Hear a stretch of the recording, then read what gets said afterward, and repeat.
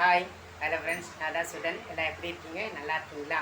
சாப்பிட்டீங்களா? எல்லாம் என்ன சாப்பிட்டீங்க? மனுஷங்களாக மதிக்க ஃபஸ்ட்டு பழகுங்க ஃப்ரெண்ட்ஸ். அந்த மூச்சு காற்று இருக்கிற வரைக்கும் தான் அவன் மனுஷன். அந்த மூச்சு காற்று போயிடுச்சுன்னு வச்சுக்கோங்களேன், அவன் மனுஷனே கிடையாது. அவன் போனோன்னு சொல்லுவோம் நாம்.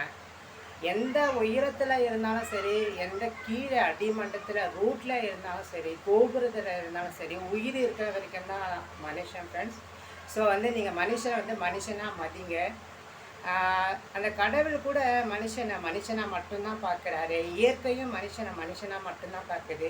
விலங்குகளும் பறவைகளும் கூட மனுஷனாக மட்டும்தான் பார்க்குது. அவன் ஏற்றவன் தாழ்ந்தவன் அந்த மாதிரி எந்த ஒரு செயலுமே நினைக்காம கடவுளும் சரி பூமியும் சரி எல்லாமே சரிசமமாக தான் நடத்தி எல்லாருக்குமே வெயிலை கொடுக்குது, எல்லாருக்குமே மழையை கொடுக்குது, எல்லாருக்குமே நிழலை கொடுக்குது, எல்லாருக்குமே நீரையும் காற்றையும் ஆகாயத்தையும் கொடுத்துருக்கு.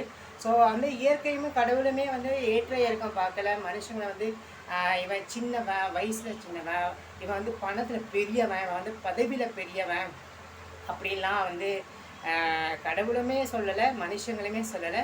ஸோ மனுஷங்களுக்குள்ள மனுஷங்க ஏற்றத்தாழ்வு, ஜாதி, மதம், அப்புறம் என்ன சொல்கிறது, எக்ஸட்ரா எல்லாத்தையும் பார்த்துட்டு அவனை ஒதுக்குறாங்க. ஸோ அதெல்லாம் தப்பு. அதனால் மனுஷனே கடவுளே மனுஷனை சரிசமமாக பார்க்கும் போதும், இயற்கையும் மனுஷனை சரிசமமாக பார்க்கும் போதும், நீங்களும் மனிதர்களை சரிசமமாக பாருங்கள். எந்த உலகத்தில் மேலே இருந்தால் கூட அவன் மூச்சு போச்சுன்னா அவன் மண்ணுக்குள்ளே தான் போகிறான். அப்போது மண்ணுக்குள்ளே இருக்கிறவன் பெரியவனா இல்லை மேலே இருக்கிறவன் பெரியவனான்னு நீங்களே அனலைஸ் பண்ணி அவங்கள நீங்கள் மதித்து அவங்களையும் மனுஷனாக மதிக்கணும்னு நான் கெஞ்சி கேட்டுக்கிறேன்.